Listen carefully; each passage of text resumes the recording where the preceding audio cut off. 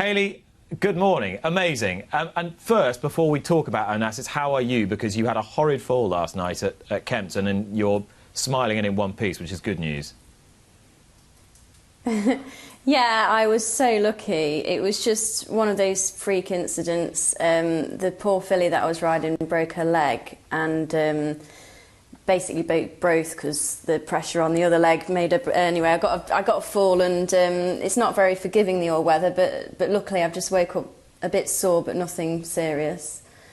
And I saw you at Kempton. We were leaving Kempton last Monday and you were a bit sort of downbeat about the next couple of days, but then you did say, just as I turned away, you said, we're going to try and win the Sandringham again with a horse for Charlie Fellows. And I didn't really think much of it. And then I went home, and when I was looking through the race, I sort of had this mental picture in my mind of what your face had looked like when you'd said that.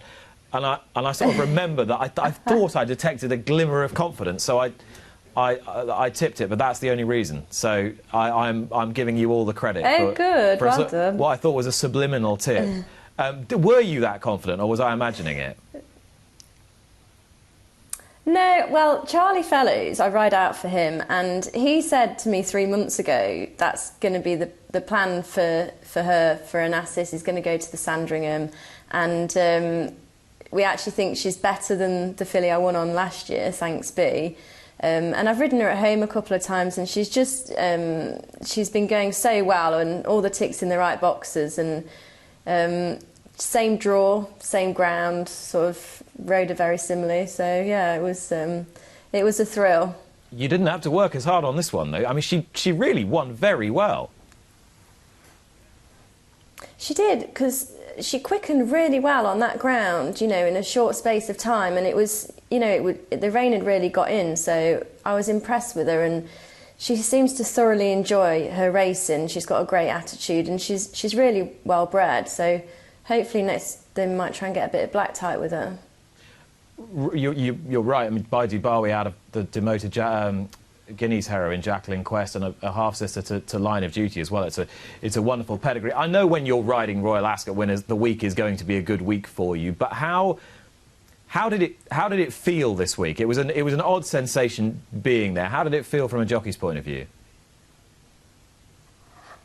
I think from a jockey's point of view, it was just equally as satisfying, because it's hard to find the horses and then to get on the horses in the first place, and then riding in the races you're still competing against, you know, the best horses going, and it's just as tough. So when you pass the line in front, nothing's changed apart from you don't have the crowd. So bar having a few drinks in the car park after, it wasn't much different for me.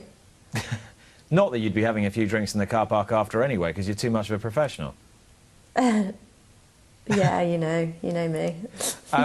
Now, just as regards your commitments the last couple of weeks, it's not just been about riding the horses.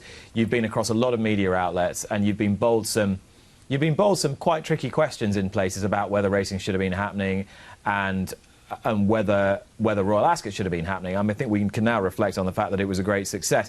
How much responsibility have you felt, sort of being an advocate for the sport, if you like? I felt quite confident about the resumption of racing, and I knew how much work everyone had put into it and how safe it was going to be. And I think when I feel that confident, I'm able to speak well about it. And so it was nice that I got to go and sort of speak for racing. And I had to say, when I was on the Piers Morgan show, I was a little bit scared going into that, but it was actually pretty easy. And I think that racing's really shown itself in a good light since the return, because everyone seems to be on board and happy with how it's gone. And I'm sure you were thrilled for Holly Doyle that she followed you in the very next day, and now we can move on and just expect success for female riders at Royal Ascot rather than talk about it. Yeah, I think it's just going to become more and more common now. So I think Holly having a winner was fantastic, because she's broken so many records, and Holly works so hard, and she's such a lovely girl as well. And it was nice that we both did it.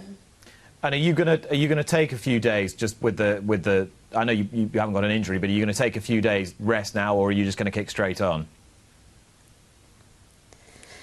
Well, because it was such a heavy fall last night, I've had to have today off. So I was meant to be at Kempton, but I'm not able to go. And then I wasn't riding on Monday anyway, but hopefully then I'll be back into it Tuesday and onwards. OK, Hayley, well, as I said at the beginning of the interview, great that you're OK after last night, and congratulations again at Ascot. Thanks so much for chatting to us again.